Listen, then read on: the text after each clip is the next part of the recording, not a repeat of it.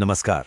आज हम बांग्लादेश की सियासत में आए एक जबरदस्त भूचाल पर बात करेंगे।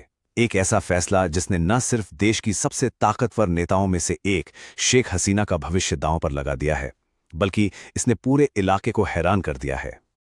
जी हाँ, बिल्कुल सही सुना। बांग्लादेश की पूर्व प्रधानमंत्री शेख हसीना को मौत की सजा दी गई है।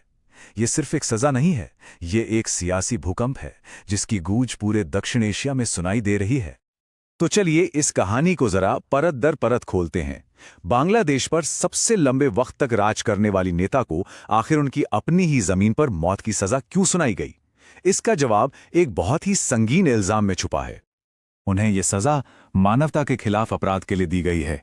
ये कोई छोटा मोटा इल्जाम नहीं है, ये एक बहुत ही गंभीर आरोप है जो तब इस्तेमाल होता है जब कोई सरकार अपनी ही जनता पर बड़े पैमाने पर और योजना बनाकर हमले करती है। इस पूरे मामले की जड़ें जुड़ी हैं 2024 के बीच में हुई कुछ घटनाओं से। आइए देखते हैं कि उन कुछ हफ्तों में ऐसा क्या हो गया जिसने देश का सियासी नक्शा ही हमेशा के लिए बदल दिया।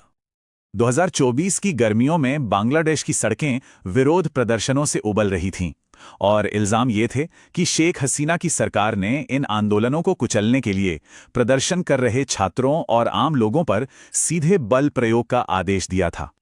और जो बात इन इल्जामों को और भी ज्यादा संगीन बना देती है वो है इसकी इंसानी कीमत। रिपोर्ट्स के मुताबिक इन प्रदर्शनों के दौरान 1400 से ज्यादा लोगों की जान चली गई। अब इस कहानी में एक बहुत ही दिलचस्प और कह सकते हैं एक विडंबना भरा मोड़ आता है।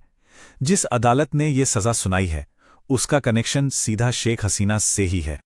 ये फैसला बांग्लादेश के इंटरनेशनल क्राइम्स ट्रिब्यूनल यानी आईसीटी ने सुनाया है।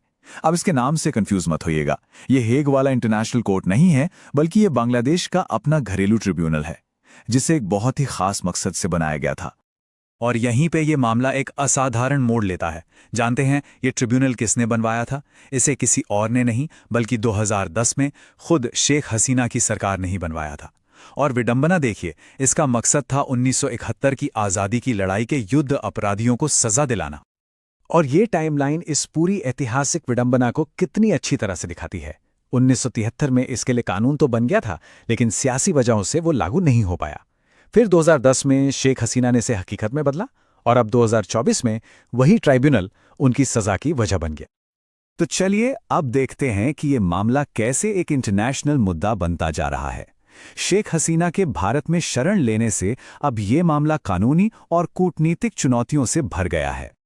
इस पूरे कानूनी पहेली में जो सबसे बड़ा पेंच है वो ये है कि शेख हसीना बांग्लादेश में है ही नहीं, वो भारत में शरण लिए हुए हैं। और बस यही बात इस पूरे मामले को एक इंटरनेशनल सिरदर्द बना देती है। अब बांग्लादेश की जो मौजूदा सरकार है, जिसे नोबेल पुरस्कार विजेता मोहम्मद यूनुस लीड कर रहे हैं, उसके पास शेख हसीना को वापस लाने के लिए मोटे तौर पर 3 रास्ते हैं। पहला, 2013 की प्रत्यर्पण संधि के तहत भारत से आधिकारिक तौर पर मांग करना। दूसरा, इंटरपोल से एक रेड कॉर्नर नोटिस जारी करवाना, जो एक तरह का इंटरनेशनल वांटेड अलर्ट होता है। और अगर ये दोनों रास्ते काम ना करें तो तीसरा विकल्प है संयुक्त राष्ट्र में अपील करना। तो इस पूरे गतिरोध का जो निचोड़ है वो इस एक स्लाइड में है।